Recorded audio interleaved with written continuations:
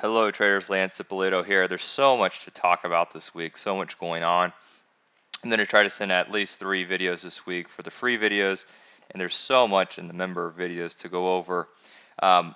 Big earnings week ahead. Netflix reporting Monday after the close, and then you have names Tuesday morning like Hog, which very bearish flow, and Harley Davidson, NOV, bullish flow in that name.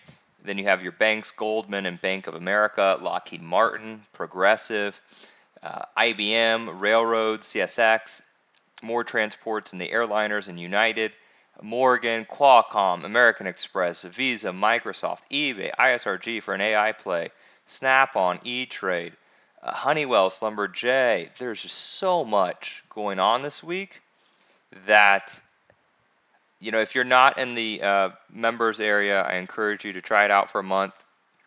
And I'm always open to feedback or suggestions because I have the open positions there, and then I also have the options playbook where I keep track of all the institutional order flow that happens during the day. So let's look at a few things.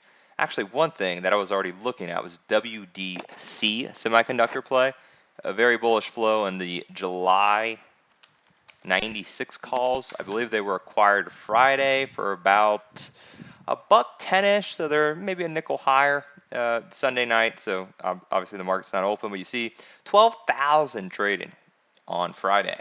Very, very large. And if you ever want to look at the option graph, you go right click, copy, and then go to any chart, and then Control V, and you can pull it up. So right at the about 20 minutes after the open on Friday, you see the fund came in and bought about 6,000 of them.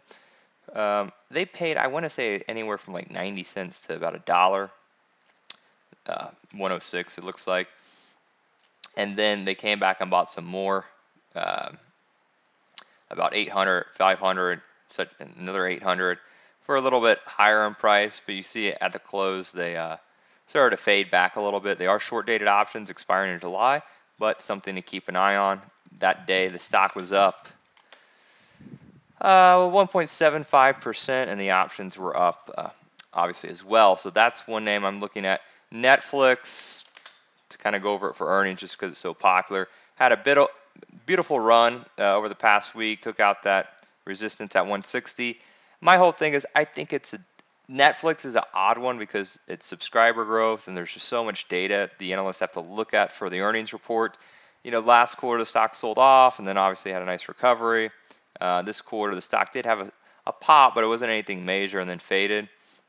I think when everyone thinks of Netflix earnings, they think of this quarter.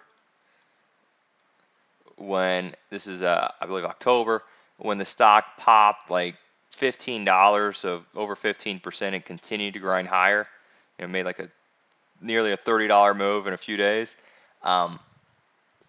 When you have those greater than expected moves, you have to figure everyone who sells the calls have to panic, then they have to buy the stock. Could that happen? Yes. The option market's only implying like a $13 move right now. It'll probably go higher, obviously leading up to the event. But I don't know if I'm going to play Netflix. I might just play it the next day. If it dips, sell bull put credit spreads. I want to see if it takes out the market maker's move. I have more hope for names like technology. So I believe Visa is an XLK. Obviously Microsoft, Apple. Microsoft reports Thursday.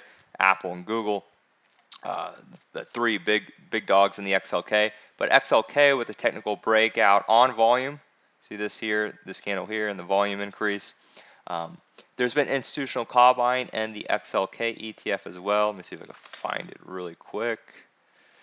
Actually, wow, a lot of July calls, huh? I thought they were a little further dated.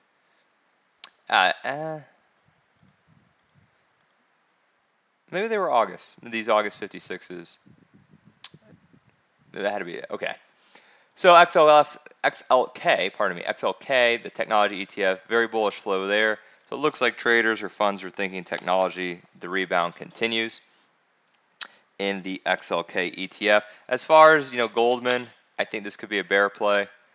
I'll look at this one Monday afternoon. So if you don't get text alerts in the members area, you can shoot me an email if you want to try it out, or join the members area, and I send the real-time text alerts. Because Goldman hasn't really participated in the bank rally, last quarter did have a steep sell-off, especially for Goldman. Usually the banks don't move too much. I just can't see a lot of positive happening, even when the banks are rallying recently, like JP Morgan, Citigroup. Goldman wasn't really participating, and I think trading revenue and asset management business is going to hinder the results. So I actually think Goldman, if it could break this 209 to the downside, it could get really ugly. Something to keep an eye on there, because if Goldman goes down, you might have that Dow going down too. Every dollar in Goldman will take approximately $7 points off the Dow. So I'm gonna switch up to the members video now. Thanks everyone in the free video. Check out the website. Let me know if you have any questions and everything, and chat with everyone soon. Email me anytime, Lance at tradingcoachlance.com.